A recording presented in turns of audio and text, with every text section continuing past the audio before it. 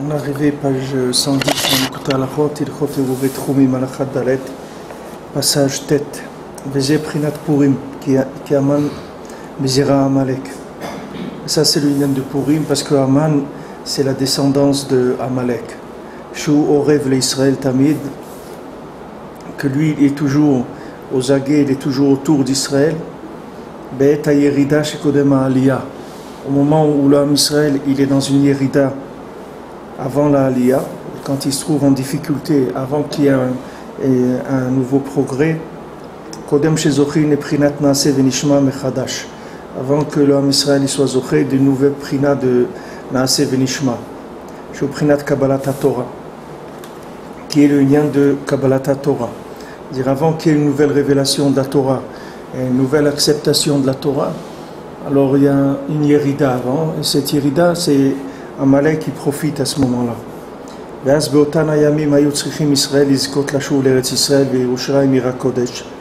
Ces jours-là, l'homme Israël il devait mériter de revenir en Eretz Israël, à Yerushalayim, dans la ville sainte, velivnot bet hamikdash sheni mechadash.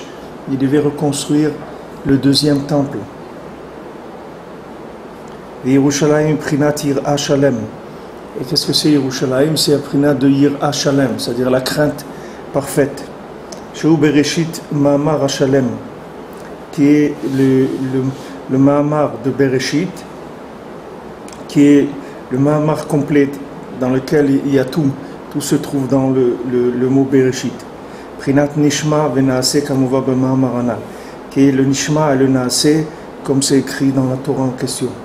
Et Sham Yerushalayim Huwa Bet HaMikdash, Asher Misham Tetzeh Torah. À Yerushalayim, c'est l'endroit du Bet HaMikdash d'où sort la Torah. Mosh Katuv al pi Torah Asher Yorucha Min HaMakomahu. C'est écrit selon la Torah qui vous enseigneront les Chachamim.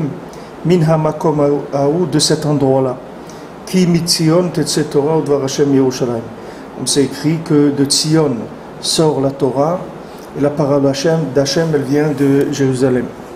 Zeprinat ki paleh mimcha davar la mishpat.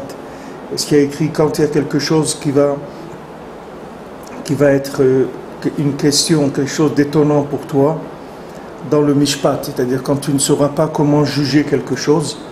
Hainu keshen yodim bezedin batorah zeprinat she'en zochim le'asig et prinat anistar mimenu lefi madregato. Quand quelqu'un il n'arrive pas à savoir une halakha dans la Torah, ça veut dire qu'il y a quelque chose de caché de lui qu'il n'arrive pas à comprendre selon son niveau. Chez Prinat Nishma Etzlo, c'est-à-dire chez lui ça s'appelle du Nishma, c'est-à-dire quelque chose qu'il n'arrive pas encore à comprendre. Vaz Keshen Zochim Leasig Prinat Nishma, Venaase Az. Azaïk. Alors quand maintenant quelqu'un il n'arrive pas à comprendre le Nishma, le Naase, Azaï En Achotam Beshlemut. Alors à ce moment-là, le scellé dont on a parlé, il n'est pas parfait. Bazaï enodim bendam ledam. Et à ce moment, on ne sait pas faire de différence entre un sang et un autre. C'est-à-dire qu'on ne sait pas faire la différence entre du sang qui est pur et du sang qui est impur. Qui enecholim leafrin bendam taor ledam nidot. On ne sait pas voir la différence entre du sang qui est pur et du sang de nida. Bachmat shenivga machotam. Parce que le chotam, il s'est abîmé, c'est-à-dire le scellé, le sceau, il s'est abîmé, donc on ne peut plus voir la différence. Shaz naase memeno prinat nidat. Que maintenant, quand le scellé s'est abîmé, alors ça devient nidat, c'est-à-dire ça devient du sang de nida. Ve'az hatikun hu ve'kamta ve'alita ela makomahu. Maintenant, la réparation, c'est tu te lèveras et tu iras à cet endroit-là. Tu monteras vers cet endroit-là, c'est-à-dire tu iras vers Yerushalayim, vers l'endroit du Bet HaMikdash. Ki Tzion ve'Yerushalayim em prinat chotam betoch chotam. Parce que Tzion et Jérusalem, ça s'appelle un scellé dans l'autre. Kamova, qui misham tetzeh Torah, parce que de Yerushalayim et de l'endroit du Bet HaMikdash sort la Torah. Kisham yoshvim beddin agadol, parce qu'à Yerushalayim il y a le grand beddin qui siège. Ve'em megalim kol ma shene'elam venistar etzel kol echad ve'echad. Et eux ils révèlent tout ce qui est caché de chacun. Comme shkatuv al pi Torah asher yurucha. Al-pi mishpat ta'aseh. D'après la Torah qu'ils vont t'enseigner, d'après le jugement qu'ils vont te donner, tu feras. C'est-à-dire que eux, ils arrivent à faire en sorte que du nishma, ça devient du naasé, c'est-à-dire ce qui est caché de la personne, ce qui n'arrive pas à comprendre comment il doit faire. Quelqu'un ne sait pas s'il doit déménager, quelqu'un ne sait pas s'il doit mettre des enfants dans une école, s'il doit changer de travail, s'il doit étudier le matin ou l'après-midi, s'il doit faire, comment il doit vivre. Alors ce qui est caché de lui, eux, ils vont l'aider à révéler ça.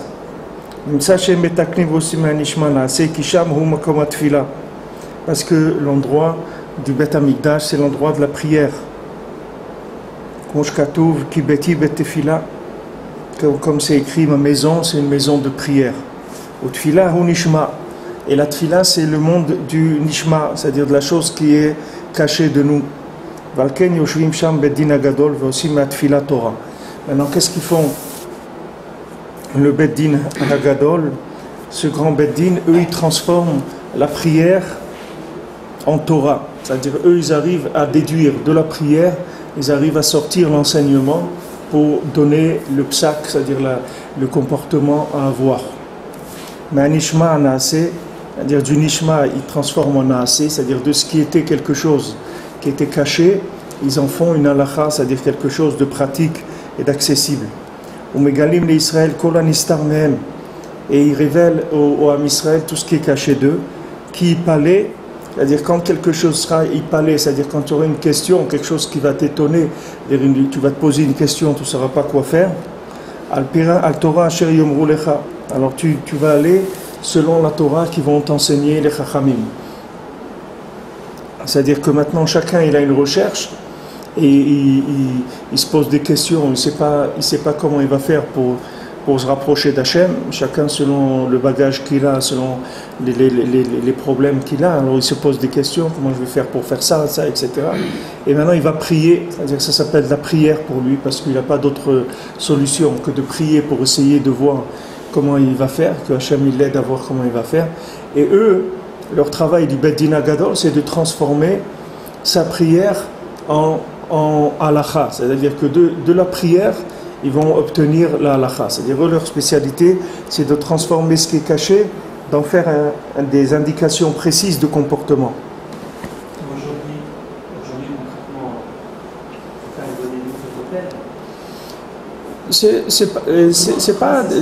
c'est pas, c'est-à-dire ça ne veut pas d'Afka que aujourd'hui il faut faire Idboedut au Kotel. Tu peux faire Idboedut où tu veux. C'est-à-dire qu'aujourd'hui tu dois prier parce que avec la tfila, tu vas découvrir ce qui est caché de toi.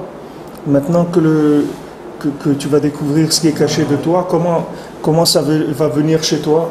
Aujourd'hui, comment ça se termine?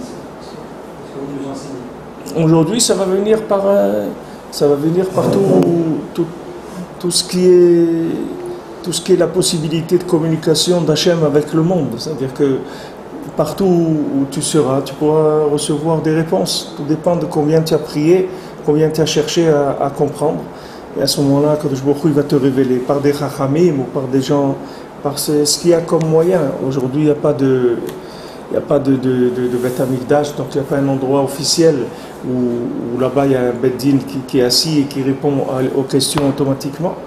Mais il y a d'autres moyens pour répondre. On va voir, c'est Mistama de ça qui va parler Rabbi Nathan, parce que Rabbi Nathan, lui, ce qu'il veut nous donner, il ne va pas nous donner uniquement des languissements sur une époque qui a existé et où maintenant on n'a plus les mêmes moyens. Lui, son but, c'est de nous donner aujourd'hui les moyens de réaliser ça. En tout cas, nous, ce qu'on a déjà, c'est le côté du nishma, c'est-à-dire c'est le côté de la recherche, de déjà essayer de prier pour demander à Kadosh Baruch Hu qu'il éclaire notre chemin. Ça, c'est ce que nous, on peut faire. Après, on va voir maintenant comment il va y avoir ce qu'on appelle Kabbalat Torah, c'est-à-dire recevoir la Torah.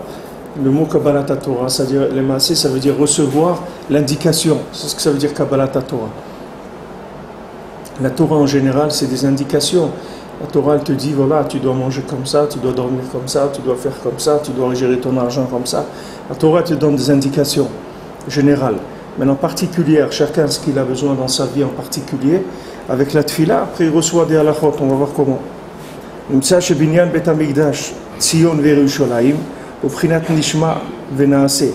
la construction du Bet Amikdash de Tzion et de Jérusalem, Ça se fait, c'est le principe de Nishma Venaase. C'est-à-dire le Nishma, ce qui est caché de l'homme, Venaase, ce qu'il est déjà, les indications qu'il connaît. Prinat Kabbalat Torah, ce qui est recevoir, ce qui s'appelle recevoir la Torah. Kimisham Tetse Torah, parce que de là-bas sort la Torah. Umachmat She'az Bimei Achashverosh, Aya Besof HaGalut. Comme à l'époque d'Achashverosh, c'était la fin de la Galut. Vayut Tzrichim Lashuv l'Yerushalayim. Il devait revenir à Jérusalem, Velivlo Bet HaMikdash, et reconstruire le temple.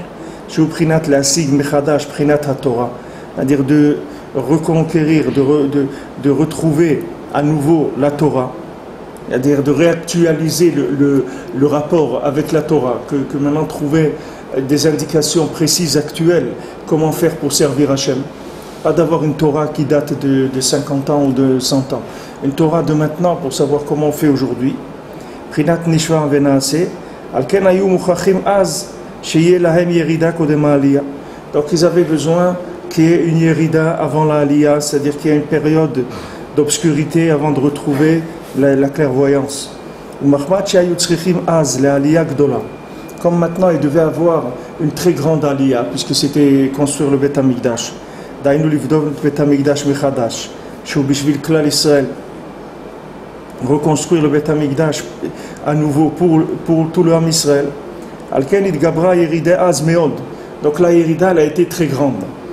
Donc ça c'est déjà, on a un renseignement nifla. Rabbi Nathan il te dit regarde, quand tu vois qu'il y a une yerida, ça veut dire que tu vas avoir une aliyah.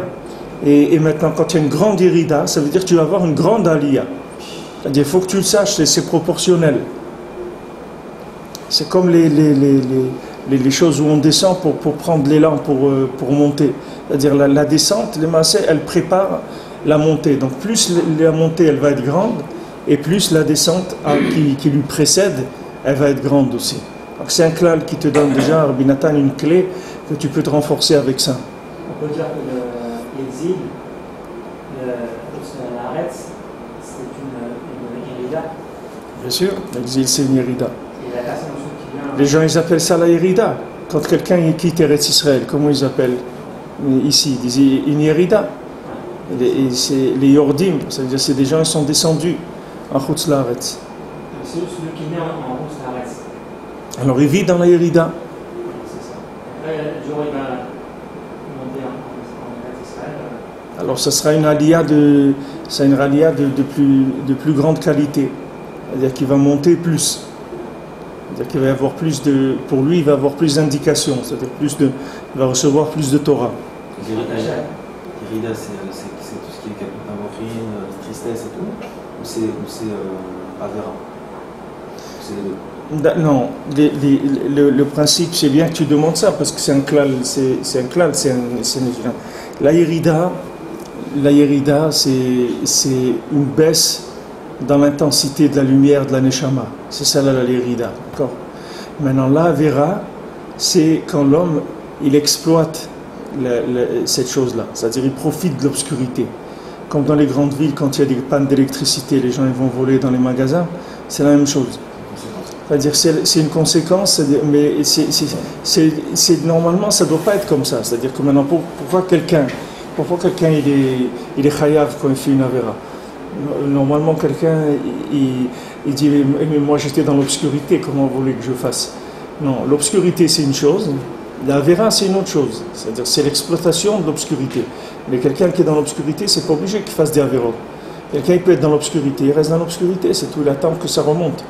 Mais quand il fait une avéra, ça veut dire que maintenant il profite de cette situation-là d'obscurité et il transgresse. Mais si quelqu'un, il n'est pas chayav d'être dans une yerida, c'est-à-dire si quelqu'un il est en position d'extinction de lumière, il n'y a aucun digne sur lui, sur ça. C'est-à-dire qu'il ne va pas rendre des comptes sur ça, parce que ça ne vient pas de lui. Puisque c'est une préparation normale. C'est une préparation normale pour monter. Donc c'est un cycle par lequel l'homme il doit passer. Il y a pas on n'est pas chayav d'être dans une yerida. Mais on est chayav quand on profite de la yerida. C'est sur ça qu'on est chayav. Tous les tzadikim, ils ont des yeridot. Ils ont des très grandes yeridot. Mais seulement le lien, c'est qu'ils ne profitent pas. Rabbeinu, il a dit à Kadosh Baruch Hu, il dit, fais-moi les épreuves que tu veux, moi je bougerai jamais. Jamais je transgresserai. À moi, il a dit, si tu me rends fou, que je ne sais plus qui je suis et tout, je perds ma tête complètement. Mais il dit, tant que j'ai ma tête comme ça, comme je suis là, jamais je transgresserai. Parce qu'il y a un moment où l'engagement, il est plus dépendant de la lumière.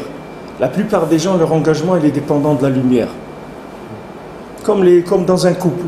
C'est-à-dire comme c'est écrit, il n'y a pas de... alors s'il n'y a pas de farine, il n'y a pas de shalom bayit. Pourquoi? Ça y est, il n'y a plus de quoi manger, il n'y a plus de trucs, regarde, etc. Et tout, ça fait des problèmes.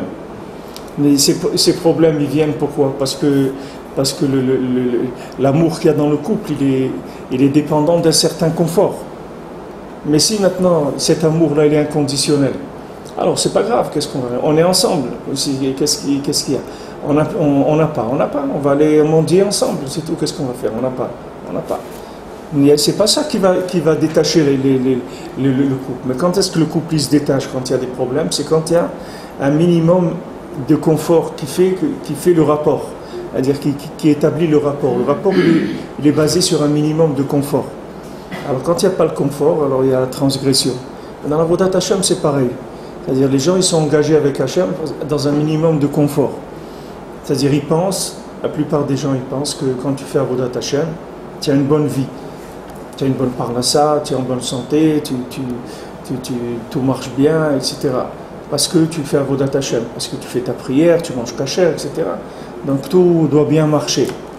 Et si maintenant ça ne marche pas bien, alors les gens ils n'ont plus envie de faire Avodat Hashem. La plupart des gens c'est comme ça, il ne faut pas croire que c'est... La plupart des gens ils sont d'accord de faire Avodat Hashem dans un certain contexte.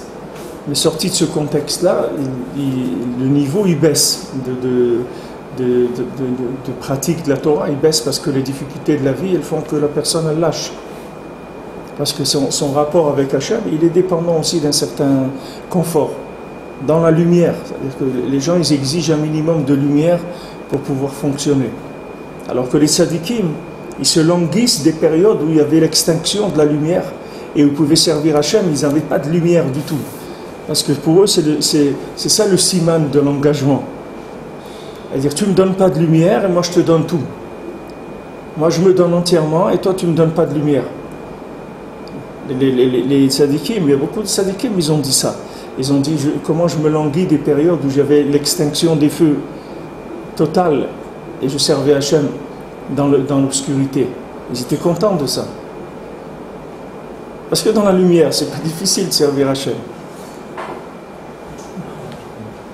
Tous les gens, quand ils sont, comme on dit, quand ils sont riches, ils sont beaux, ils sont heureux, et c'est normal qu'ils... On se sent bien aussi. Hein? On se sent bien quand on est dans la lumière. On est bien, la lumière elle te motive, elle te donne de l'énergie.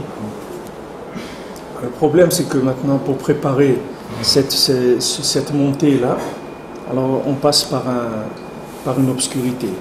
Cette obscurité, il faut être conscient que c'est la préparation de la montée. Si tu sais ça, Be'emet, si tu as confiance dans le Rebbe, dans Rabbi Nathan, dans ce que te disent les tzadikim, normalement, il n'y a aucune irida qui doit t'affecter. Parce que pour toi, c'est une étape, c'est l'étape de la aliyah. C'est comme un emballage que tu vas ouvrir et tu vas le sortir, tu vas sortir ce qui est à l'intérieur. Alors maintenant, le temps que tu es en train de défaire le nœud de l'emballage, d'enlever le papier, d'ouvrir la boîte, etc., tout ce temps-là, tu ne vois pas encore ce qu'il y a dedans, tu ne vois pas le cadeau. Alors tu t'impatientes, tu ouvres vite, etc. Tu veux voir ce qu'il y a à l'intérieur. C'est de la yérida, c'est une préparation. Donc toute yérida, elle doit être, au contraire, elle doit être vécue avec beaucoup de simcha, parce que ça veut dire qu'on t'annonce que tu vas avoir une aliyah. Donc on te dit, voilà, on te prépare parce que ça y est, bientôt tu vas monter. Mais il faut tenir, voilà. Et Yosef, il était 12 ans dans le puits. Et il est resté 12 ans dans le puits, Bessimcha. Après, il est devenu le maître du monde, le roi du monde. Mais pendant 12 ans, il était dans le Rida. Et là-bas, il faut tenir. Il faut une Rida, ça dure en prison. En prison, ouais. Il était 12 ans en prison. Et il fallait tenir. C'était difficile. quelqu'un il peut avoir une Yerida dans sa vie de 20 ans. Il faut qu'il tienne pour 20 ans. Et s'il tient, après il va arriver une Aliyah Gdola Meod, très très grande. Mais en attendant, il faut tenir. Il n'a pas tenu, en l'occurrence. Pardon? Il 10 ans, il a fait l'erreur de demander à... Ouais, parce qu'il s'est patienté un petit peu pour sortir, c'est normal, c'est humain. On retrouve ce modèle général à la création du peuple. Parce que avant de recevoir la Torah, ils étaient esclaves en Égypte. Ouais. Et donc là, ils ont connu la Yerida, la l'obscurité, Ouais. avant de justement recevoir la lumière. C'est le principe de base déjà. Ben, ils ont tenu, il y avait quelques chachamim qui ont fait que l'homme Israël il a gardé quelques repères. Parce que si dans la Yerida tu perds les repères, alors tu n'as aucune chance qu'il y ait une Aliyah. Ouais, c'est ça. Comment tu vas voir la Aliyah? Tu ne connais plus, tu connais plus l'adresse. Donc comment tu vas voir la Aliyah? Alors c'est la condition pour avoir la Aliyah, c'est de savoir qu'il y a la Aliyah derrière. Si on est dans la Yerida et qu'on Ouais. on se décourage, alors là on reste dans la Yerida. Si Shalom, quelqu'un dans la Yerida, il perd les repères de minimum, alors après c'est très difficile de retrouver la Aliyah. Mais Akadosh Baruch Hu, il récupère tout le monde. C'est pas Akadosh Baruch Hu, il fait chesed à chacun, même des gens qui sont perdus complètement, qui ont perdu leur identité complètement. Hachem il fait qu'il trouve quelqu'un qui va lui parler, ou il trouve qui monte en Israël, qui vient au Kotel, ou il vient un truc, et il y a un moment où il se passe quelque chose. Hachem il arrange les situations pour que chacun puisse retrouver le contact avec la Aliyah. ולכן היו מוכרחים אזי שיהיה להם ירידה קודם העלייה, מחמד שהיו צריכים אז לעלייה גדולה. היינו לבנות את המקדש מחדש, ובשביל כלל ישראל. על כן התגברה הירידה אז מאוד, והתגברה אז הסטרחרה, עד שנכשלו מאוד בנשים הנוכריות. Ils sont tombés, beaucoup, ils sont tombés dans des femmes qui n'étaient pas juives. ואז הרב עליהם אמן עמלק יימח שמו. Et à ce moment-là, il s'est mis à leur tourner autour, Aman Amalek, que son nom soit effacé. Et il a voulu se renforcer contre eux beaucoup. Ils étaient dans un danger très très grand. Que jamais l'homme Israël était en danger comme à ce moment-là.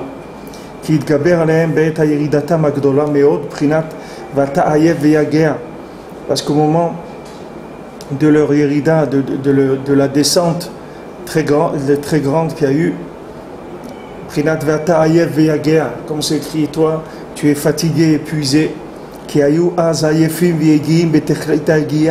parce qu'à ce moment-là ils étaient fatigués, épuisés, au plus que quelqu'un il peut être fatigué, parce qu'ils étaient à la fin de l'exil avant de retourner à leur place, que à ce moment-là la sitrachara se renforce beaucoup. Quand la sitrachara elle voit que facilement et rapidement ils vont retourner à leur place, surtout qu'ils se sont fait attraper à ce moment-là dans le grand Inyan, c'est-à-dire qu'ils sont tombés dans le Inyan d'aller avec des femmes qui n'étaient pas juives. C'était un moment de très grand malheur pour la maison de Yaakov, c'est-à-dire pour l'homme Israël. Quelle période il parle? Pardon? De quoi il parle? Quand ils étaient les femmes, c'est là, c'est la paracha de Non, c'est à l'époque de Purim, c'est pas à l'époque de maintenant. C'est à l'époque de Hachvérosh. Oui, il y avait tout le lien de Vashti et tout le Mishté avec Hachvérosh et tout. C'était tout ça tournait autour de cette chose-là. Ach Mordechai yada et kol asher naasa. Mais Mordechai, lui, savait. C'est ça qui s'appelle le tzaddik. Le tzaddik, lui, il sait. Qu'est-ce qu'il sait? Il sait que ça, c'est une Yerida, ce qui se passe maintenant. C'est ça qui sait le tzaddik. Le tzaddik, quand tu vois le Ham Israël, ou que tu vois un individu qui est loin, il sait que cette personne-là, elle est en train de se préparer à avoir une aliyah. C'est pour ça qu'elle est comme ça. Ça, au Mordechai Yada, lui, il savait. Il savait ce qui se passait. Kol asher naaseh. Naasa, c'est écrit dans la Megillah, c'est un passage de la Megillah ce qu'il dit ici. Ki hu yada kol zot ve'ir ve'Israël lebal yityaashu atzmam min harachamim. Lui savait tout ça. Et il a dit à Israël, ne vous découragez pas de la miséricorde, ne désespérez pas de la miséricorde.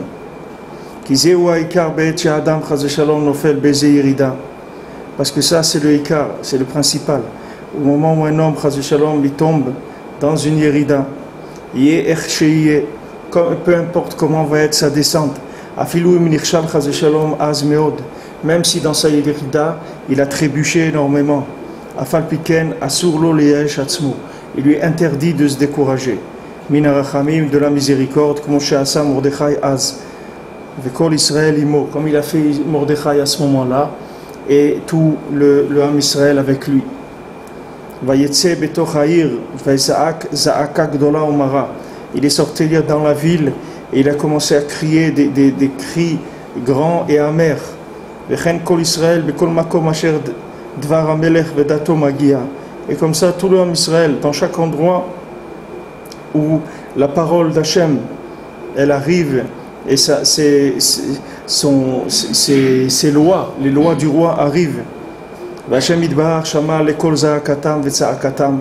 Akadosh Baruch Hu, il a entendu la voix de leurs hurlements, de leurs cris, Hagdola, grand, à l'aider Mordechai, grâce à Mordechai, Vaz Nitapech Hayerida, le Aliyah Gdola, Venasem Izepurim. À ce moment-là, leur Yerida, elle s'est transformée en Aliyah Gdola, très grande montée. Et de ça, c'est devenu Purim. C'est ça qui a fait Purim. Vezachou le Kabbalat Torah Mechadash. Et ils ont été zochés de recevoir la Torah de façon nouvelle. Prinat Kiimu ve Kiblu. C'est-à-dire qu'ils ont commencé à appliquer ce qu'ils avaient accepté avant. Ce qu'ils avaient reçu, ils l'ont pratiqué. Tout ça se fait grâce à Mordechai. Qui Mordechai Yada et Kol Asher Naasa. Parce que lui, il savait tout ce qui se faisait, Naasa, ça veut dire Shayadea et Kol Prinot Naase, Metrila Ve'at Sof. Lui, il connaissait tout le principe du Naase, c'est-à-dire le principe de l'engagement, le principe de la pratique de la chose. Lui, il connaissait le principe complètement. C'est-à-dire, il savait que le cycle de pratique de la Torah, c'est comme ça que ça marche. C'est-à-dire que la personne, elle prend conscience d'une chose. Quand elle prend conscience de la chose, elle veut la pratiquer. Maintenant, dès qu'elle veut la pratiquer, elle tombe dans une yerida. Cette yerida, elle va lui préparer la aliyah dans laquelle elle va pouvoir pratiquer ce qu'elle avait vu avant qu'elle ait la yerida. C'est comme ça qu'il marche le cycle de Avodat Hashem. Quelqu'un, il voit quelque chose. Quand il voit quelque chose, il désire s'engager. Quand il désire s'engager, il va d'abord descendre. Quand il va descendre, dans cette obscurité, il va crier vers Hachem, il va demander à Hachem de l'aider. Et quand il va demander à Hachem de l'aider, dans cette obscurité-là, la prière qu'il va faire, c'est de cette prière-là qu'il va sortir sa aliyah. C'est-à-dire que maintenant, de la descente dans laquelle il est, c'est ça qui va faire sortir la Torah de Jérusalem. C'est-à-dire ça va faire naître la Torah. C'est ce qu'il a dit avant, que eux, ils faisaient sortir la Torah de la tfila, c'est-à-dire de la prière, qui est le monde de l'obscurité, puisque dans la prière, tu ne comprends rien, tu ne sais pas où tu vas, tu pries, c'est tout, mais tu ne sais pas où tu vas. Alors de cette obscurité-là, c'est de ça qui va sortir la Torah, les indications. Crier, là, non? Ouais. Tfila, c'est ça, c'est crier.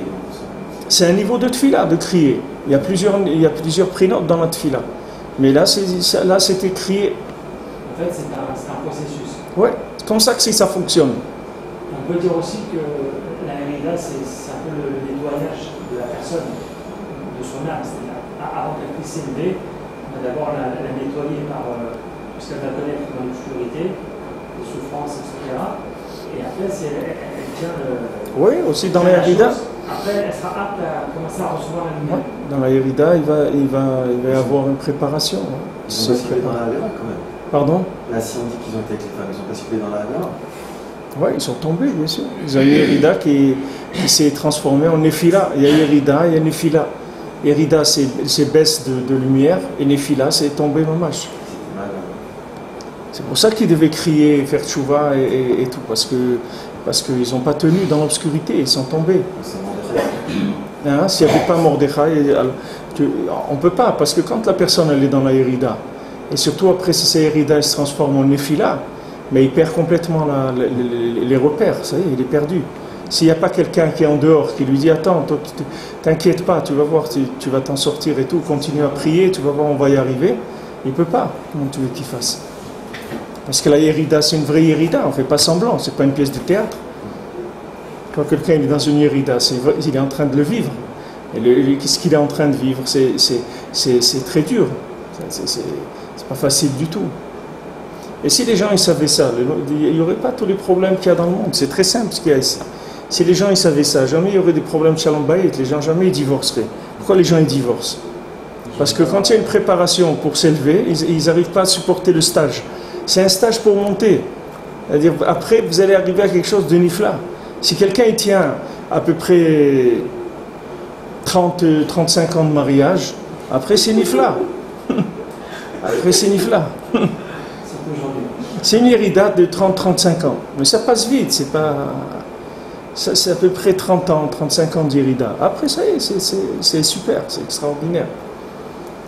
Mais si au milieu il lâche, alors qu'est-ce qu'il va faire? Il va tourner, et encore tourner, et encore tourner, il tourne en rond, qu'est-ce qu'il va faire? Tous les hommes, ils sont bien, toutes les femmes, elles sont bien. C'est un klal. Il n'y a pas des gens qui ne soient pas bien. Tous les gens, ils sont bien. Maintenant, quand il y a des problèmes, c'est des problèmes de préparation à la réussite, c'est tout. Donc, quand il y a ces problèmes-là, il faut de la patience, il faut attendre, c'est tout. Ou on est capable de prier beaucoup, et à ce moment-là, on raccourcit la période de Irida par l'intervention de la prière. Ou on n'est pas capable de prier beaucoup, on prie un petit peu. Ou on n'est pas capable de prier du tout, alors on reste tranquille, on attend que ça passe. Et ça va passer. Parce qu'il n'y a pas de stage éternel. Les stages, c'est toujours pour reprendre après le travail. Il n'y a pas de préparation qui ne débouche pas sur une réussite. Seulement, les gens, ils n'ont pas de patience. Les gens, ils vivent la Yerida et ils disent, ça y est, ça va être comme ça tout le temps, et ça, je ne peux pas supporter. Il ne sait pas que ça va passer. Il dit, mais comment tu peux me garantir que ça va passer? Ça fait déjà 3 ans que c'est comme ça. Comment tu peux me garantir? Mais voilà, je te garantis parce que c'est pas shoot, c'est écrit comme ça. Toute irida, elle est tachlita aliyah. Tout principe de difficulté, c'est uniquement pour la réussite, c'est tout. Ça n'existe pas de problème qui n'est pas pour la réussite. Donc avec ça, tu es tranquille, tu ne fais pas de soucis. C'est ça qui amène aussi l'humilité dans la réussite. On l'a dit un peu. Qui amène l'humilité dans la réussite. Ouais. Après, quand tu auras la réussite, on va être humble parce qu'avant, on était dans les deux côtés, c'est-à-dire c'est ça qui répare l'orgueil que tu as eu dans la réussite aussi. En général, c'est pour ça que quelqu'un il descend.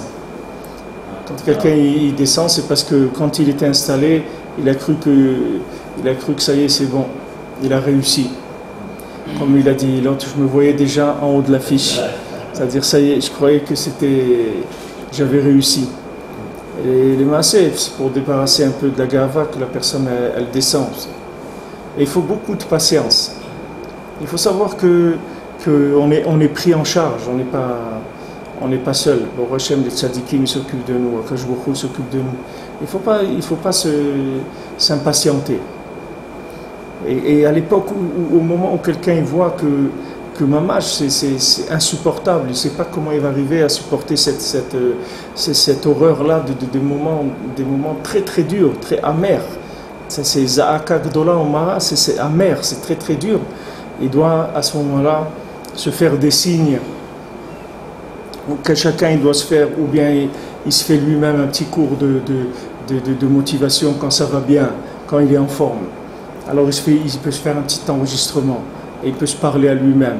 Il dit regarde, sache que maintenant, à un moment tu vas tomber, il va t'arriver des problèmes. Ne crois pas que ça va être toujours le beau fixe, tu vas avoir des problèmes. N'oublie pas, quand tu es dans la Hérida, n'oublie pas que c'est pour préparer pour le bonheur. Ne te laisse pas avoir. Et il peut se préparer un cours de motivation ou une lettre de motivation qu'il garde quelque part et écrit sur l'enveloppe.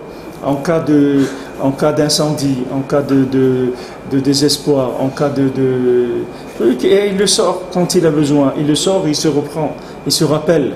Parce que des fois, on oublie, on croit que c'est vraiment comme ça. Et même si quelqu'un il descend, il a une irida 50 fois, à chaque fois il se fait avoir. À chaque fois il sait que ça y est, il croit que c'est terminé.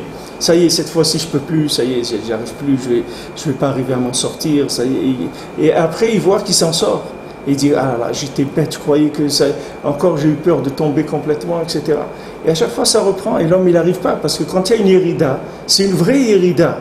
C'est pas quelque chose c'est pas une apparence, c'est que la personne elle descend en mâche.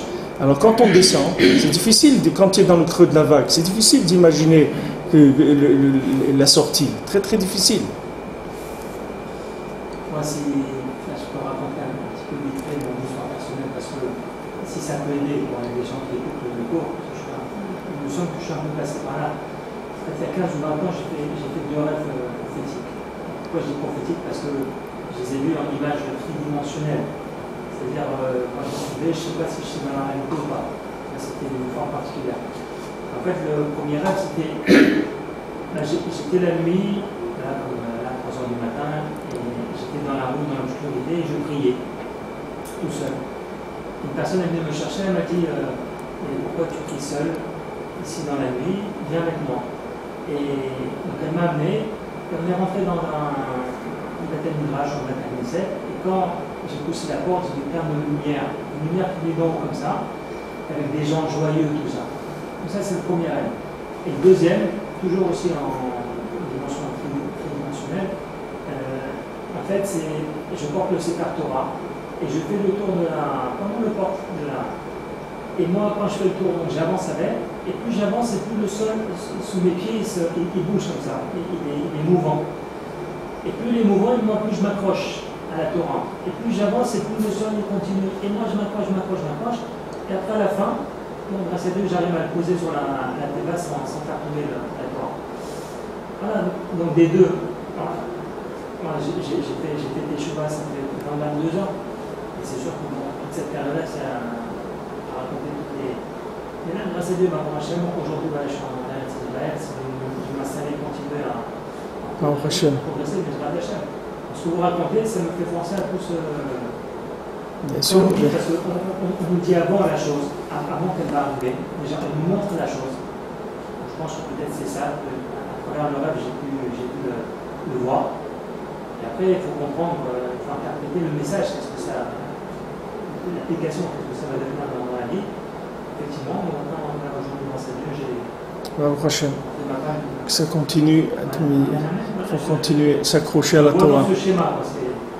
Même si le sol il bouge, il ne faut pas avoir peur. Quand on voit maintenant, vous voyez, toutes les nations et tout l'antisémitisme et tout, c'est incroyable. Qu'est-ce qu'il y a comme vague d'antisémitisme dans le monde? C'est très très fort. Il y a beaucoup d'antisémitisme. Mais nous, on doit être content de ça, on doit rigoler. Il faut être très joyeux de ça. Parce que ça veut dire que, Baruch Hashem, on est à la fin de l'histoire. Ça y est, Akash Baruch Hu, il va nous donner une aliyah gdola. Alors qu'avant, quand on nous recevait bien, qu'on nous faisait des sourires. Alors, bonjour, monsieur Cohen, comment allez-vous? Alors, ça va bien, cette petite famille, cette petite santé et tout. Alors ça veut dire qu'on était très loin. Mais maintenant qu'on nous dit, on vous aime pas, tout ça à Auschwitz, ces trucs et tout, alors là, il faut être content, il faut dire, Baruch Hashem. C'est comme ça qu'on veut vous voir. Si vous nous annoncez la délivrance. Ça, c'est bien. On est content de voir ça. Ce qu'on demande, c'est rien que ça se fait berachamim, qu'il n'y ait pas de souffrance pour l'homme Israël, c'est tout. Et Kolzal et des Mordechai. Tout ça, ça se fait par Mordechai. Parce que Mordechai, lui, il sait tout ce qui se fait. C'est-à-dire qu'il connaît tous les principes du Naaseh, Mitrila ve'Atsof. C'est exactement tout ce qui se fait depuis le début jusqu'à la fin. Shaya Yodea Umasig et Naaseh Agavoa Beyoter. Lui, il connaissait le plus grand Naaseh, c'est-à-dire il connaissait les plus grands niveaux d'engagement. Kitzrichim Naasot Bechol Pa'am Minishma Naaseh. Parce qu'à chaque fois, il faut transformer les projets en réalité, en engagement. Nimtsa shezochin bechol pa'am litgalut ve'yediah chadasha. À chaque fois, on arrive à des révélations et des connaissances nouvelles. Shu prinat naaseh gavoa yoter, qui sont des engagements plus grands. Vechen midarga le darga, c'est comme ça d'un niveau à l'autre. Ad trilat atzilut, comme on voit b'ma'amar anal, jusqu'à qu'on arrive au début du monde de la tzilut, de l'émanation. Mordechai yada et kol asher naaseh az ma'ala ma'ala betachlita ma'ala. Et Mordechai, lui, il savait ce qui se passait tout à fait en haut, c'est-à-dire dans les mondes supérieurs. Lui, non, dans l'âme Asiya, lui voyait tout le monde à Asiya, et Yetzira, et Bria, et début du monde à Atzilut, jusque là-bas, lui voyait tout ce qui se passait par les actes du Ham Israël en bas. Lui, il voyait en haut tout ce qui se passait par rapport à ça. Donc lui, il pouvait les renseigner, leur dire, allez, il faut vous renforcer, il faut prier et tout, parce que ça y est, on y est, on est arrivé, on est proche d'être arrivé.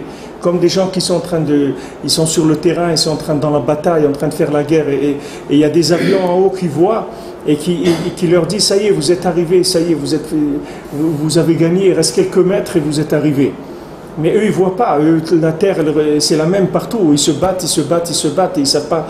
Ils n'ont plus de manger, ils n'ont plus à boire, ils n'ont plus de munitions, ils ne savent pas. Et non, mais ça y est, c'est presque fini, vous êtes arrivés.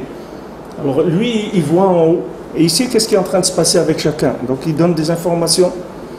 Mordechai yada et kol asher naaseh az lemala mala betachlit ma'ala. Mahmad ze yechol le'ayir gam lemata betachlit shiflut hayirida. Donc c'est pour ça qu'il pouvait éclairer en bas, tout à fait en bas, dans les endroits les plus bas, parce que ça c'est expliqué dans les paroles du Rebbe dans un autre endroit, dans Torah Lamed,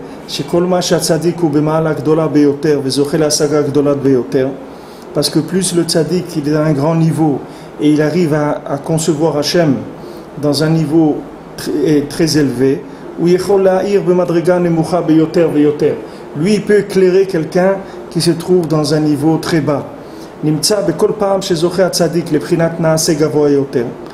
à chaque fois que le tzaddik il est zoché de monter à un niveau plus grand, il a plus de révélations.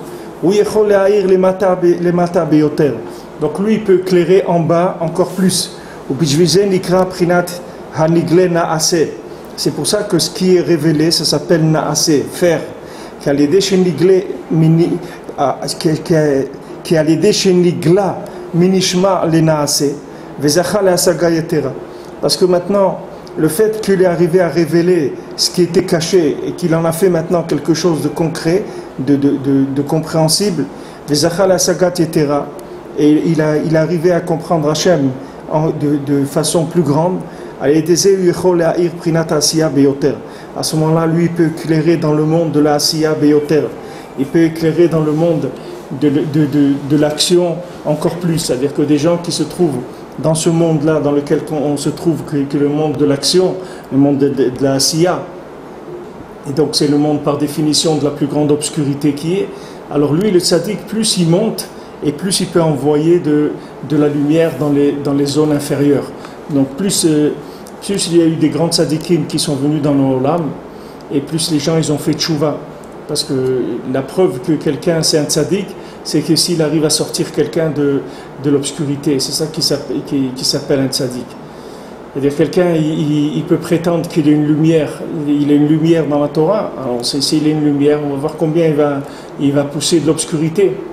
Si quelqu'un avec sa lumière, il arrive à faire reculer l'obscurité d'une certaine façon. Alors voilà sa capacité d'éclairer. Maintenant, s'il est capable d'éclairer plus loin, alors c'est comme dans le Sipurei Massiot que le mendiant lui dit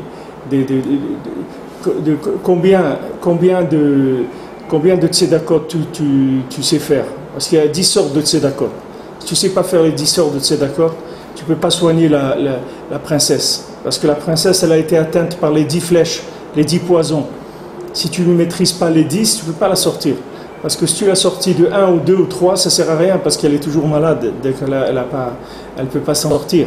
C'est-à-dire que maintenant, tous les tzadikim qui sont venus dans le monde, ils ont fait progresser à chaque fois. mais ils n'ont pas fait Geoula Shlema. Geoula Shlema, qu'on termine. Il faut terminer. Il y a quelqu'un qui vient, il doit terminer l'histoire. Alors maintenant, il est venu Rabbi Nachman, il va terminer l'histoire. L'histoire de chacun, il va lui terminer son histoire. De chacun.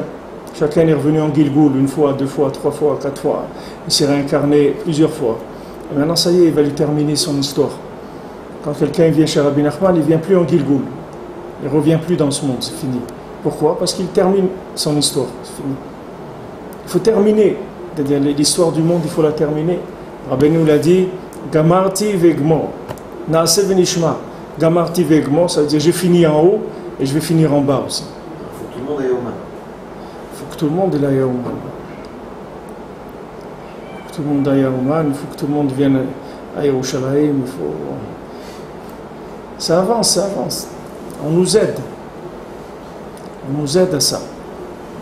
Il faut demander rien que Birachamim, c'est tout. Ce n'est pas des difficultés. L'homme Israël, il ne monte pas par la peur en Israël. Il monte dans la joie, pas dans la peur, parce qu'ils ont peur des agressions antisémites. Il monte dans la joie. Qu'il n'y ait pas de... On voit des choses qui se passent. Ils ont arrêté quelqu'un en France qui, après ce qu'il y a eu à Toulouse, alors lui, il a envoyé des messages, des fax, je ne sais pas quoi, des mails, des appels téléphoniques, des trucs de menaces antisémites, de trucs. Je ne sais pas combien il a fait. 1350 appels. Il a laissé des messages et tout, antisémites et tout. Mais d'où ces gens-là? Qu'est-ce qu'ils n'ont rien à faire, les gens? C'est-à-dire, comment quelqu'un, il peut passer, tu sais ce que c'est, passer 1350 appels pour laisser des messages de menaces antisémites, des trucs. Mais il faut vraiment rien avoir à faire. C'est-à-dire qu'il faut vraiment que la personne elle ait un vide dans sa vie totale pour s'occuper comme ça du Ham Israël et pour les encourager à monter en Israël et tout. Il faut que vraiment il a rien à faire, vraiment rien à faire. S'il savait le bien qu'il est en train de faire, il s'arrêterait de le faire tout de suite. S'il savait qu'on va lui donner une médaille combien il a aidé des gens à monter en Israël, il s'arrêterait tout de suite, il ne continuerait pas. S'il savait que chaque fois qu'il y a un acte antisémite, chaque fois qu'il y a une écriture antisémite, quelque chose, il y a des gens qui montent en Israël. Chaque personne qui monte en Israël, ça y est, c'est la Géoula qui s'approche. Donc vraiment, ces gens-là, ils sont en train de faire le contraire de ce qu'ils voulaient faire. Eux, ce qu'ils veulent faire, c'est nuire au Ham Israël. Mais les Maasé, c'est pas nuire au Ham Israël. S'ils veulent nuire au Ham Israël, il faut qu'ils soient gentils avec eux. Il faut qu'ils les accueillent bien. Il faut qu'ils leur donnent beaucoup d'argent et beaucoup de sympathie, etc. Alors ça va nuire au Ham Israël parce qu'ils vont rester en galoute. Mais s'ils les aiment pas, il leur dit partez chez vous, on veut pas de vous ici. Ça, c'est merveilleux. C'est quelque chose d'extraordinaire. Mais ils ne savent pas ça. Ils ne savent pas qu'ils sont en train d'aider le Ham Israël. C'est où Mordechai yada et kol asher naasa. Ça, c'est qui est écrit que Mordechai savait tout ce qui se faisait. Mitrila ve'ad sof, du début à la fin. Mais en sof ad en tachlit, depuis la fin dans le plus grand jusqu'à en tachlit, au plus petit endroit. Alken hoya yechol le'ayir be'Israël afilu betachlit ha'iridatam lebal yityaashu atzmam min harachamim. Donc il pouvait éclairer dans l'âme Israël la conscience dans le plus profond de leur descente, de ne pas se décourager de la miséricorde. Ad shezachu al yado sheitapech meipuch el epuch, jusqu'à qu'ils ils ont été zochés, ils ont mérité l'âme Israël, que grâce à lui, grâce à Mordechai, tout s'est retourné. Comme c'est écrit dans la Megillah, tout ça s'est retourné complètement. Et que la plus grande descente, elle est devenue la plus grande montée.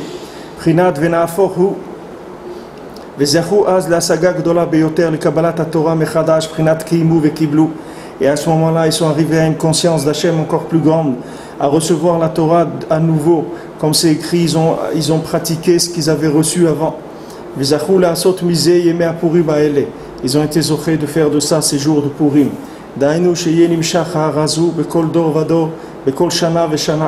Que cette lumière, elle arrive dans chaque génération et dans chaque année, שבכל דור ודור, בכל שנה ושנה, יאיר עלינו הארה גדולה הזאת של בחינת מרדכי. Que dans chaque génération et chaque année, il va y avoir cette lumière, cette grande lumière de Mordechai,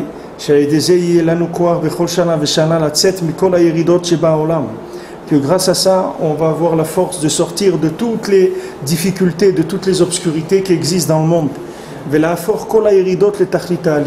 Et de retourner, de transformer toutes les yéridot en aliyot, c'est-à-dire toutes les descentes en montées.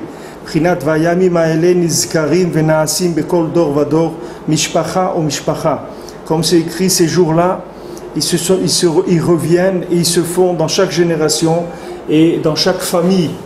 Voilà, c'est tout. Les gens, ils savaient ça, qu'il faut tenir, c'est tout. Il faut tenir. Il faut tenir parce que toutes ces yéridotes-là, elles sont indispensables pour pouvoir monter. Donc quand on voit des gens qui sont dans une difficulté quelconque, il faut les encourager, il faut leur dire qu'il faut tenir, accrochez-vous, vous allez voir, ça va se terminer cette hérida-là. Et vous allez avoir une aliyah nifla.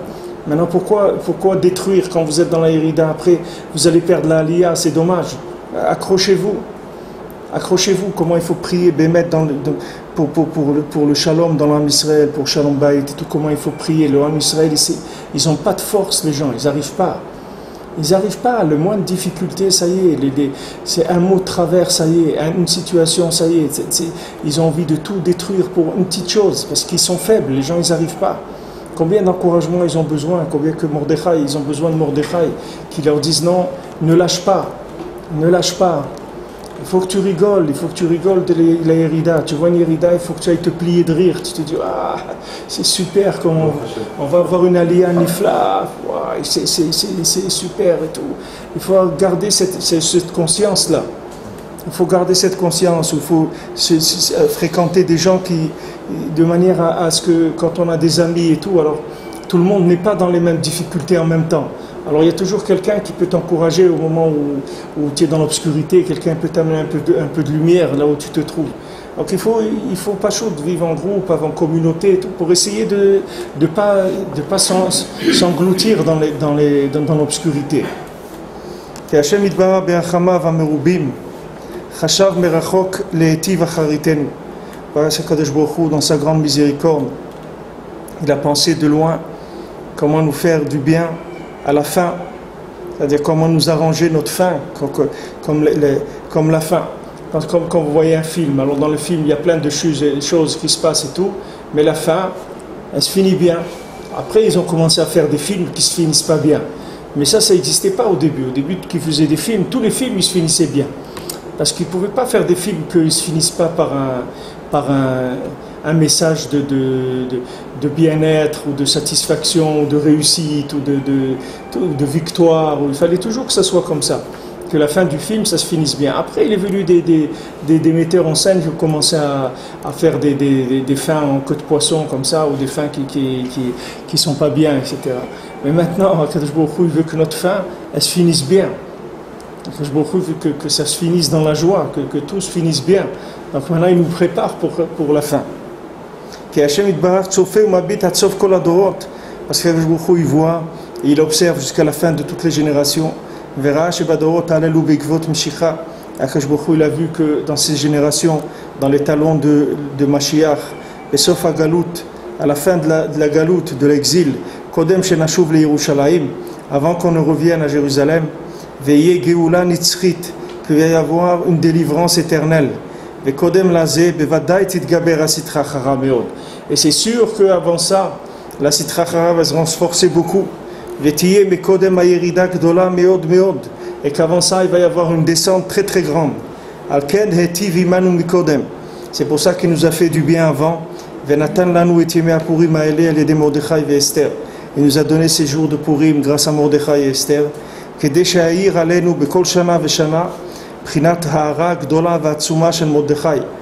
De manière à ce que vienne éclairer dans chaque année cette lumière, cette grande lumière très puissante de Mordechai. Que c'est une très très grande lumière. Que grâce à cette grande lumière, on peut transformer toutes les difficultés, toutes les obscurités en lumière.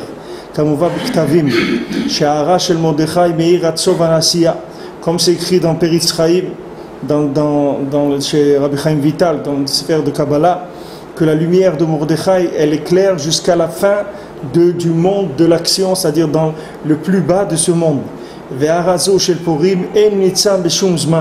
Et cette lumière-là de Purim, elle se trouve nulle part, dans aucun temps. Et à ce moment-là, ce jour-là, on prend toutes les yéridot qu'on a vues et on les transforme toutes en aliyot. C'est-à-dire c'est un jour où on transforme toutes les pertes. Toutes les pertes, ça devient des profits. Quand on dit pertes et profits. C'est-à-dire toutes les pertes que quelqu'un vient et présente, voilà, moi j'ai eu des pertes comme ça, des millions de pertes, très bien, voilà, on vous donne tout ça, on transforme en bénéfice. Toutes les pertes que vous avez eues. C'est un jour où tout ce qui était descente, difficulté, obscurité, ça se transforme en lumière. C'est ça qui est écrit dans la Megillah, que ces jours-là, ils se mentionnent, ils sont mentionnés et ils sont faits dans chaque génération. Qu'est-ce que c'est Nizkarim Venaasim? C'est Nishma Venaase. Nizkarim Zeprinat Nishma. Qu'est-ce que c'est Nizkarim? C'est le Nishma. Kizikaron Talia Beliba Kamova. Parce que le souvenir, il dépend du cœur. Vetaman Talian Shmia. Et dans le cœur, il dépend il écoute. Kishmia Beliba Talia. Parce que l'écoute, elle dépend du cœur. Comme c'est écrit dans un autre endroit. Si quelqu'un met son cœur, alors il entend. Si quelqu'un ne met pas son cœur, il n'entend pas. Si quelqu'un met son cœur dans un texte, alors il va entendre des choses, il va voir des choses dans le texte. S'il ne met pas son cœur, il ne va rien voir du tout. Il peut passer sur le texte 10 fois, il ne va rien voir parce qu'il ne met pas son cœur.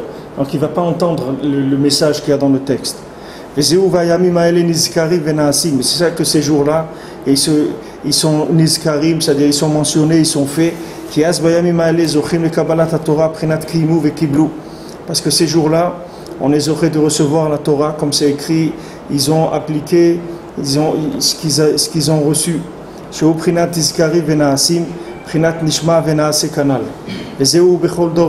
ça qu'il y a dans chaque génération. Cette chose, elle se fait dans chaque génération.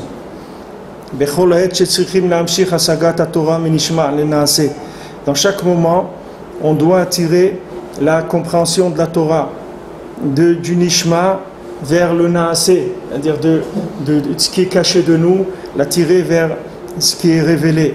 C'est ce qui est écrit dans chaque génération et génération. C'est-à-dire d'un père à son fils, midor le dor, d'une génération à une autre. C'est ça la guerre qu'il y a eu entre Hachem et Amalek dans chaque génération.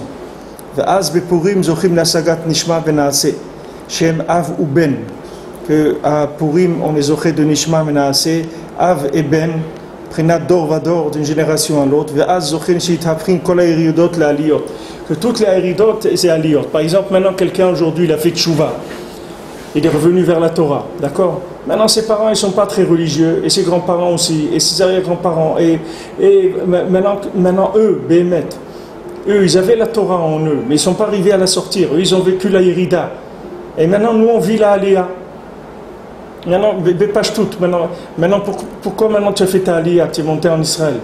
Parce que tes parents, tes grands-parents, tes arrière-grands-parents, les arrière-grands, ils voulaient monter en Israël, mais eux ils étaient dans la Yerida. C'est-à-dire eux ils étaient dans la galoute et ils ont uniquement le ratson de monter en Israël.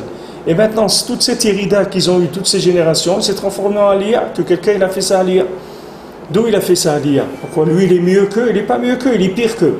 Chaque génération les gens ils sont pires que les gens d'avant, ils sont moins bien. Mais seulement, qu'est-ce qu'ils ont le mérite? C'est qu'ils tiennent. Le fait qu'ils tiennent, alors ils vivent le résultat de l'investissement de toutes les générations qu'il y a eu avant. C'est pas qu'ils sont riches, ils sont pauvres, mais seulement ils profitent des investissements qui ont été faits toutes les générations d'avant. Alors maintenant, toutes les générations d'avant, c'était une Yerida Gdola, et maintenant ça devient une Aliyah Gdola. Les gens ils montent, mais il ne faut pas croire que quelqu'un il monte en Israël parce que c'est lui qui monte. Lui il fait que que réaliser le projet qui a été fait sur des générations et des générations de juifs qui ont tenu dans l'Aliyah, des juifs qu'à chaque fois qu'ils disaient le mot Israël ou Jérusalem, ils embrassaient leurs mains et regardaient le ciel comme ça, ils tremblaient chaque fois qu'ils disaient Yerushalayim. Alors maintenant, de ces gens-là qui tremblaient comme ça des générations, il est venu quelqu'un que maintenant il se promène en bus dans Jérusalem avec un petit Walkman dans ses oreilles, il écoute de la musique ou il écoute de la Torah et il se promène, il va au marché, il achète. D'où ça vient ça? Ça vient de ces générations-là qu'ils ont tenu dans leur Yérida. Parce que sauf si maintenant tu arrives à faire tchouva, ça c'est le résultat, la preuve que toutes ces générations qui étaient avant toi, elles ont tenu dans la Yérida. C'est pour ça que Rabbeinu dit, si tu viens chez lui faire Tikkun HaKlali, il répare toutes les générations qu'il y avait avant. Comment il répare? Parce que si maintenant quelqu'un, il arrive à Ouman, il fait Tikkun HaKlali, ça veut dire que maintenant toutes les générations qu'il y avait avant lui, ils ne sont pas découragés. C'est l'aboutissement. Voilà, c'est l'aboutissement. C'est comme la main. C'est-à-dire tout le corps, il s'est rapproché. Et à un moment, la main, elle a pris l'objet. Ça, c'est la finalité. Est-ce que peut-être les générations d'avant, dans leur Irida, elles n'étaient pas forcément pratiquantes? Mais quand il y a Irida, c'est Irida. Ça veut dire qu'il peut y avoir... Mais elles ont tenu, mais dans quelles conditions? Elles étaient pratiquantes ou non pratiquantes? Même s'ils étaient non pratiquants, ça ne change rien. Ce n'est pas rien d'être pratiquant ou pas, c'est de ne pas se décourager. Mais tenir, c'est par rapport à quoi? Parce que tenir, ça veut dire tenir, ça veut dire tenir la émouna, tenir la vie déjà. Déjà tenir la vie, tenir la émouna. Pour vivre, on tient parce qu'on n'a pas le choix. Pourquoi on n'a pas le choix? Il y a des gens qui se jettent de la fenêtre. Hein, ce sont des cas. Voilà, ils ont dit à France Télécom, il y a 35 qui sont suicidés. Pourquoi ils sont suicidés ces gens-là? Parce que ça y est, ils ne tiennent plus. Mais ce sont des cas, mais la majorité, ils tiennent parce que c'est la vie, ils s'attachent à la vie. Ils s'attachent à la vie parce que les gens ils consomment, c'est tout. C'est ça qui les maintient en vie, parce qu'ils ont envie de consommer. Mais maintenant, le Ham Israël, le fait qu'ils ont gardé le nom de juifs, le fait qu'ils ont gardé un repère de juifs. Alors ce repère-là, il permet de transmettre, de faire passer le relais, jusqu'à qu'à un moment, il y a quelqu'un qui va naître de cette Yérida Gdola. Il y a quelqu'un qui va naître et que lui, il va être dans la Aliyah, il ne va plus être dans la Yérida. Ce qu'on appelle la tradition. Ils ont maintenu la tradition, même si ce n'était pas forcément pratiquant, et ça a permis, un jour dans une génération, une personne va sortir et va... Ouais, mais c'est une tradition, ou si c'est une conviction, ou si c'est un espoir, ou c'est une lueur d'espoir, n'importe quoi. Il y a des gens dans les camps, ils avaient plus des gens dans les camps, ils n'avaient plus la force de se nourrir, ils n'avaient plus envie de se nourrir. Parce qu'ils disaient, de toute façon, on va passer à la chambre à gaz, parce qu'on va se nourrir, etc. Alors il y a quelqu'un qui a dit, il a dit non, te nourrir maintenant, manger, c'est comme ça que tu luttes contre les nazis. Par le fait que tu manges, cet attachement à la vie, ça s'appelle lutter contre eux. Le fait que tu t'attaches à la vie. Alors un juif, n'importe où il a été, le fait qu'il s'est accroché à une valeur quelconque. Alors je ne sais pas qu'est-ce qu'il m'avait raconté, c'est mon beau-père à la Rachalon, je sais pas. Quand il était à la guerre, quand il a fait la guerre je sais pas quelle guerre c'était, c'est 39-45, constamment. Alors il dit à un moment dans des tranchées, il allait tirer sur quelqu'un. Et celui qui tirait, il a dit arrête. Il lui a dit je suis juif. C'était un Allemand, mais il était juif. Il lui a montré cette tzitzit. C'était un juif. Le gars, il était là-bas, mais c'était un juif. Il avait cette tzitzit et des talit katan, il avait sur lui. Le Ham Israël, il tient. C'est-à-dire, nous, on ne sait pas la valeur que c'est de tenir une chose, même une chose. Quand un juif, il tient une chose. Il y a des gens, ils font le kidouche le vendredi soir et ils font avec de l'eau, avec du sucre. C'est tout. Ils mettent de l'eau et du sucre dans un verre. Ils ont un petit verre qu'ils ont acheté une fois qu'ils étaient en Israël avec des petites pierres bleues comme ça, un joli verre. Et ça y est, c'est le moment où c'est ça la religion. Toute la religion, elle est dans ce verre-là le vendredi soir. Ils font le kidouche. Et après, ils allument la télé, ils s'assoient, ils regardent ils jouent au Scrabble ou ils regardent des films. C'est tout ce qu'il y a.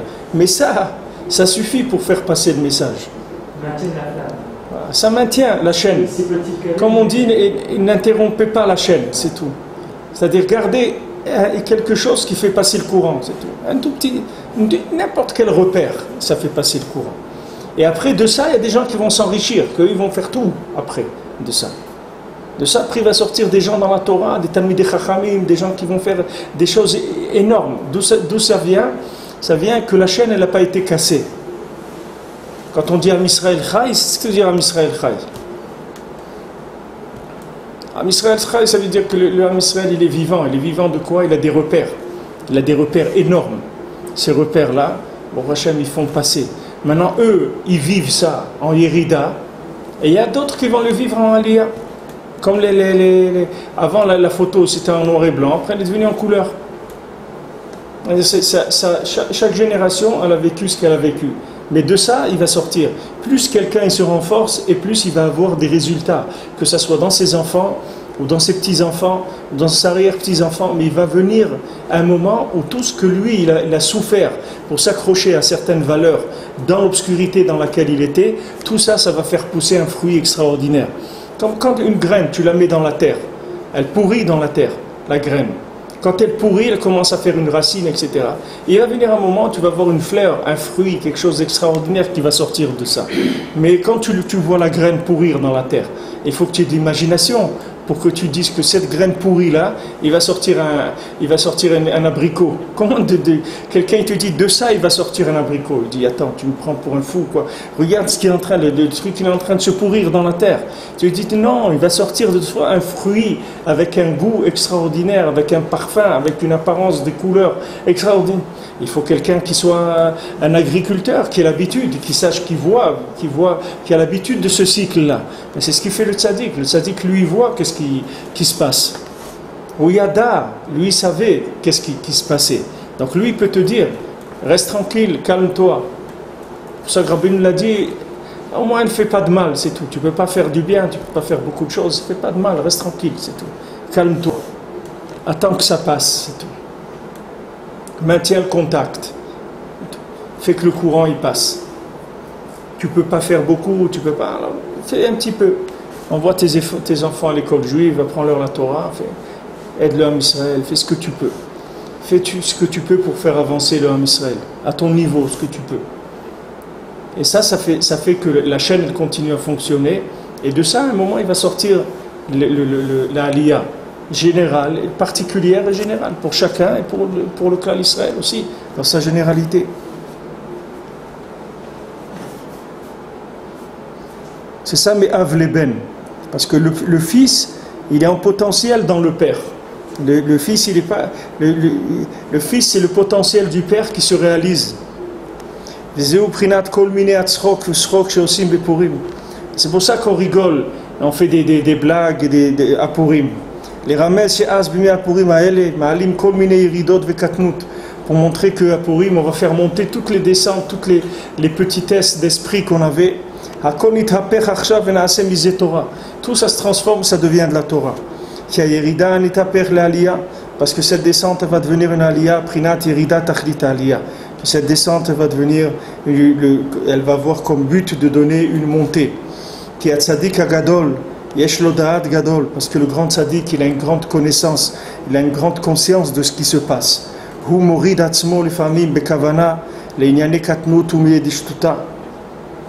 Que le tzaddik qui descend intentionnellement dans des petitesses d'esprit, dans des bêtises, Prinat Bitula Shel Torah Zeukiyuma, comme il est écrit dans le Gemara, dans Menachot, que des fois, d'être mevatel de la Torah, des fois de ne pas étudier, c'est ça qui fait que la Torah elle se maintient. Comme on va en lisant Bidvra Ben Uzal Ben Makom Acher, comme Rabbeinu dit dans la Torah Ain Chet, dans le deuxième Chelek, que Zeu Gamken Prinat Yerida Shekodem Aliyah, que ça c'est le lien de la Yerida qui est avant la Aliyah. Shemachmat Sheroe Shemocho Nityaga Veno Yechol Od Leler Bemocho Yoter. Si quelqu'un, quand le tzaddik qui voit que maintenant son cerveau il s'est beaucoup fatigué et il ne peut pas aller plus loin, il est obligé de descendre dans des petites choses et dans des bêtises. Comme on va Zohar Kadosh, comme c'est écrit dans le Zohar Kadosh, dans la Parashat Tazria, Berav Amnuna Saba, de Rav Amnuna Saba, d'Avu Mesadrim Kame Tlat Pirke Mile Dishtuta, qu'il faisait devant lui trois perek, comment on dit, trois perek, trois scènes, si tu veux, de Mile Dishtuta, de bêtises. Et par cette irida, après il va monter. Et prinat irida tachlit aliyah, que la irida c'est le tachlit, c'est de remonter, que bitula shel Torah zeukiyuma, que le fait de maintenant d'être mevatel de la Torah, c'est ça qui va faire qu'elle va se maintenir. Comme chez Darjou Rabbi Tenuzal, al pasuk et la sot lachem, eferu Toratecha. Il y a un moment il faut faire pour Hachem, donc ils ont fait le contraire de la Torah, parce que à un moment on va faire pour Hachem, c'est-à-dire on va entrer dans le naasé. Alors de ce naasé là, on va faire le contraire, et ça c'est ça qui va remettre les choses en place. Vezeu et la sot lachem daika, prinat nishma venaasé. C'est ça, et la sot lachem, ça s'appelle nishma venaasé. Va nishma keneged naasé ou prinat Torah Hashem. Et qu'est-ce que c'est le nishma par rapport au naasé? Ça s'appelle Torah Hashem, prinat bitul. El Ein Sof, c'est la soumission, l'annulation à l'infini. Comme on voit de Mahamar Anal, Vezeu et la sot lachem. C'est ça qu'à ce moment-là on va faire pour Hachem. Shemagia et la sot, quand il arrive le moment de faire prinat naasé, c'est-à-dire on va faire l'Hachem pour Hachem, prinat nishma, prinat Torah Hashem, bitul el Ein Sof. C'est la Torah d'Hachem, c'est-à-dire qu'on va s'annuler à l'infini. Azay eferu Torah Torah. À ce moment-là, il y a le contraire de la Torah. Astrichim Yerida, c'est-à-dire qu'il faut une descente. Kodem Aliyah, avant de monter. Prinat Bitula Shel Torah Zeukiyuma, que l'annulation de la Torah, c'est ça son maintien. Prinat Heferu Toratecha, que à ce moment-là, on fait le contraire de la Torah. Comme Shetarshur Dotenuzal, Kayerida et Tachlita Aliyah, parce que le fait de descendre, c'est ça comme but de remonter. Prinat Purim Kanal, ça c'est le lien de Purim. Al-Shem Zenikra Purim. Qui azosim comme une esrok ve katnout ou milieu d'ishtuta. Pourquoi on l'appelle Purim? Parce que c'est des jours de rigolade, où on fait des bêtises, on fait des choses qui sont, on se déguise, etc. Qui azochin et tachlita aliyah la saga ratsuma meod meod. Parce qu'à ce moment-là de Purim, on est zoché de monter dans une conscience d'Hachem très très élevée. Arat Mordechai à Yehudi, la lumière du Mordechai à Yehudi. She'arato sakva meod, que sa lumière est très élevée. Ve'az nitavrin kol ha'yiridot ve'kol ha'bitulim ve'kol miné d'ishtuta letachlit ha'aliyah. Et à ce moment-là, toutes les yiridot que l'homme il a eu, toutes les choses, toutes les fois où il n'a pas pu faire la Torah comme il voulait, toutes les bêtises qu'il y a en lui, tout ça, ça va se transformer en aliyah. Les éprinat shem purim al shem hapur, la shon heferu toratecha. Qu'est-ce que c'est purim? C'est la shon heferu, c'est-à-dire le contraire. Qui a shoresh shel milat purim, Shoresh el miyat heferu, em shoresh echad. Parce que Purim et hefer, ça veut dire retourner, c'est la même racine. Comme on voit les Mishiyesh Loksat Idea basé, comme c'est celui qui connaît un peu dans la grammaire. Qui Karinyan Purim ou Prinat Zou Prinat Yerida Tachlit Aliyah. Parce que tout l'union de Purim, c'est la descente pour arriver à la montée. Prinat Amarshela Azot Tachat Yadecha. Ça marchait là, c'est-à-dire ce fait que tu as trébuché là, c'est les paroles de la Torah qu'un homme n'arrive à les comprendre que s'il a trébuché dedans. C'est ça le lien de Et la sot lachem et firu toratecha, c'est qu'à un moment il fallait faire pour Hachem, alors ils ont fait la Torah, ils l'ont inversé. Comme c'est écrit dans la Gemara, c'est à l'époque où ils ont écrit la Torah orale, que normalement on n'a pas le droit d'écrire la Torah orale, c'est interdit d'écrire la Torah orale. Et à un moment les Khamim ils ont dit maintenant on va écrire la Torah orale, parce qu'ils voyaient que tout ça allait s'oublier. Donc ils ont fait Yerida, c'est-à-dire qu'ils ont écrit la Torah orale, mais l'écriture de Torah orale, c'est Tachlit Aliyah. C'est après de ça il va sortir la Aliyah, que la Torah elle s'est maintenue dans le Ham Israël. Que maintenant il va venir des gens que eux ils comprennent cette Torah là qui était orale et qu'on a dû mettre à l'écrit uniquement pour la transmettre d'une génération à l'autre, parce que ça allait passer entre les mains de gens qui comprenaient rien du tout. Maintenant si tu leur transmets à l'oral et qui comprennent rien du tout, alors ça va s'arrêter. parce qu'à un moment, ils ne savent pas de quoi ça parle, comment ils vont le transmettre. Donc ça s'est écrit, et le fait que ça s'est écrit, ça a duré pendant la Yerida, où il y avait des gens qui ne comprenaient rien à la Torah orale, et maintenant il est sorti après des gens qu'eux ils comprenaient, mais comme elle était écrite, ils ont pu l'exploiter. Et si maintenant ça avait été à l'oral, il ne serait rien resté du tout. Donc cette Yerida-là, elle était pour pouvoir après avoir une aliyah gdola de cette Yerida. Et comme on raconte le Rebbe quand il était en Eretz Israël, Rabbeinu est venu en Eretz Israël, Rabbeinu dit que Eretz Israël, c'est gadlout de gadlout, c'est la grandeur de grandeur. Et il dit qu'avant qu'on arrive dans la grandeur de grandeur, on passe par katnout de katnout, par la petitesse de la petitesse. Rabbeinu lui-même, quand il est venu en Eretz Israël, il est descendu à un niveau très bas il jouait avec les enfants dans la rue, il marchait dans la rue sans son chapeau, il allait d'une maison à l'autre comme ça, il demandait s'ils n'avaient pas un petit peu de l'echaïm à boire, de la vodka ou des choses. Rabbeinu il faisait des choses très des katnout comme ça, mais il est rentré dedans bémet, parce que c'est que comme ça qu'il a pu monter en Eretz Israël. Et il a dit le Baal Shem Tov, il n'a pas pu venir en Israël à cause de ça, parce que le Baal Shem Tov, il n'arrivait pas à faire ça, cette descente-là, il n'arrivait pas à faire, donc il n'a pas pu arriver à la moitié de son voyage, il a été obligé de retourner en arrière. C'est ce qu'il a dit le Or HaChaim, hier c'était la Iloula du Or HaChaim Akadosh, le Or HaChaim, quand il y a Rav Gershon Kitiver, il est venu, c'est un talmid du Baal Shem Tov, il est venu voir le Or HaChaim en Eretz Israël. Alors le Or HaChaim, il lui a dit, dis à ton Rav, quand il me voit, tu demandes-lui si, quand il parce que le Or HaChaim c'était le Tzaddik Ador avant le Baal Shem Tov. C'est Rav Ben Attar, ça? Ouais, Rav Ben Attar. Lui, c'était lui le Tzaddik Ador avant le Baal Shem Tov. Ouais, c'est comme ça que le Baal Shem Tov, le Baal Shem Tov, à un moment, on lui a révélé un secret dans le Netilat Yadayim. Alors quand il a eu ce secret-là, il a dit à ses élèves, la lumière d'Orient s'est éteinte. Pourquoi? Parce qu'il a su que le Or HaChaim il était niftar. Parce que ce sod-là, c'est rien que le Tzaddik Ador qui l'a. Donc quand on lui a transmis à lui, il savait que le Or HaChaim il n'était plus là. Alors Or HaChaim c'était Tzaddik Ador. C'est pas le Hari? Hein? C'est pas le Hari Akadosh? Non, c'était pas à la même époque. Il n'était pas à l'époque du Hari. Je veux dire, c'était pas le précédent, avant Baal Shem Tov, c'était pas le Hari Akadosh? Non, ça tu confonds avec le lien des Tzaddik Yesodei Olam. Tzaddik Yesod Olam, c'est une chose. Et Tzaddik Ador, c'est autre chose. C'est-à-dire, il y a un Tzaddik qui peut être Tzaddik Ador, mais il n'est pas Tzaddik Yesod Olam. Il y a certains Tzaddikim, il y a eu 5 Tzaddikim Yesodei Olam. Mais entre ces Tzaddikim-là, il y a eu des Tzaddikim de la génération, mais qui n'étaient pas des Tzaddikim Yesodei Olam. C'est des Tzaddikim de la génération. Alors HaChaim, c'était lui le Tzaddik Ador. Alors il a dit à Gershon Ketever, tu demandes à ton Rav quand il me voit, s'il me voit avec les pieds. S'il me voit sans les pieds, il ne pourra pas venir en Eretz Israël. S'il me voit avec mes pieds, il pourra venir en Eretz Israël. Mais c'est quand il a demandé au Baal Shem Tov, le Baal Shem Tov, il a dit qu'il le voyait, mais sans les pieds.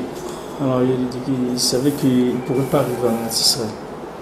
Parce que le lien d'arriver en Eretz Israël, c'est pourquoi maintenant nous on peut vivre en Eretz Israël? Parce qu'il y a eu des yéridotes dans les générations d'avant. Il y a des yéridotes incroyables. Je vous donne un exemple, par exemple, vous voyez la splendeur du Ham Israël. Quelqu'un m'a dit à Paris, il travaille au marché. Et il y a un juif qui travaille aussi dans les marchés, il se voit de temps en temps dans les marchés. Alors ce juif-là, il n'est pas très religieux ni rien. Alors il a trouvé 20 euros par terre. Alors il lui dit à mon ami, il a dit, alors il parle, il dit, tu vois, j'ai trouvé 20 euros là par terre. Alors mon ami lui dit, bon, là, dans la halakha, si tu trouves de l'argent et tout, il n'y a pas un siman sur l'argent. Il commence à lui expliquer, il lui dit, écoute, moi, ne m'explique rien. Moi, une chose, je suis sûr, c'est que cet argent, il n'est pas à moi, donc je ne vais pas le prendre. Pour lui, c'est pas la peine de lui dire des trucs. Il dit ça, il y a une chose que je suis sûr, c'est qu'il n'est pas à moi, ce billet. Donc, pour lui, c'est... Alors ça, tu vois, c'est des points du Ham Israël que tu le crois. Tu vois le gars, il est en train de faire les marchés, tu crois qu'il est déconnecté. Il est dans les marchés en train de vendre, etc. Il y a du monde qui passe, il est là, il n'a peut-être pas de kippa, rien du tout. Mais le gars, il faut savoir où il est connecté. Tu le vois comme ça, tu crois qu'il est...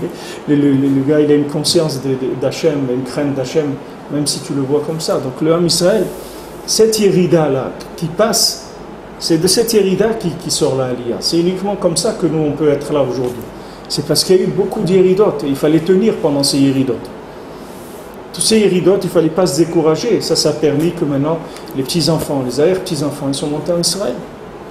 Mais eux, ils sont dans le résultat, ils sont en train de cueillir. Il ne faut pas qu'ils croient qu'ils ont fait quelque chose. Celui qui vient faire la cueillette des pommes, il ne vient pas dire j'ai planté les pommiers. Tu es venu recueillir leur feu une fois qu'il est. Qu'est-ce que tu as fait? Tu n'as pas fait. Ou peut-être tu l'as ramassé par terre, il est tombé de l'arbre, tu as le ramassé. Il ne faut pas que tu as fait grand-chose. Il faut aller voir celui qui a planté le pommier, celui qui l'a arrosé, qui s'est occupé de lui pendant les hivers, les trucs et tout. Et maintenant, toi, tu es venu, tu as pris le fruit qui était prêt. C'est ça la aliyah que les gens ils font aujourd'hui en Israël. Ils ramassent des choses qui sont déjà prêtes. Comme on dit, il prend minamouchan. Il prend de quelque chose qui est déjà prêt. C'est pas qu'il n'a rien fait de spécial. Il prend quelque chose qui a été amené jusque-là. C'est pas lui il n'a rien fait. Lui, il a fait que continuer. Et maintenant, c'est sorti que dans sa génération, voilà, il peut faire. Même pour aller à Ouman, pour tout, combien il y a des générations, ils n'arrivaient pas à aller à Ouman. Ils priaient, ils faisaient Messirut Nefesh, ils restaient en prison. Il y avait des Breslevers en Pologne, tous les ans, ils restaient en prison depuis Rosh Chodesh Elul jusqu'après Sukkot, tous les ans. Parce qu'ils essayaient de passer la frontière et c'était interdit. Donc ils les mettaient en prison, ils savaient, c'était comme ça tous les ans. Ils restaient là-bas en prison 2 mois. Après, comme ça, voilà, ces gens-là, eux, ils étaient en prison, ils étaient dans la Yerida.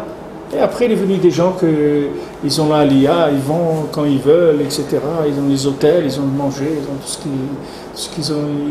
C'est beaucoup plus facile. C'est pour ça que chaque jour, c'est plus facile. C'est pour ça qu'il faut tenir. Parce que chaque jour, c'est plus facile. Hachem, il facilite plus. Donc si c'est dur aujourd'hui, si c'est impossible aujourd'hui, demain, ça va être possible. Il faut avoir de la patience. Alors quand il est rentré en Eretz, il est rentré volontairement en Yerida, en fait. Ouais. Parce qu'il savait que sinon on ne pouvait pas. Il ne pouvait pas. Mais il est rentré vraiment, parce qu'après il a dit que c'est difficile pour lui de ressortir de ça. Il a eu des difficultés à ressortir, ça lui a pris du temps.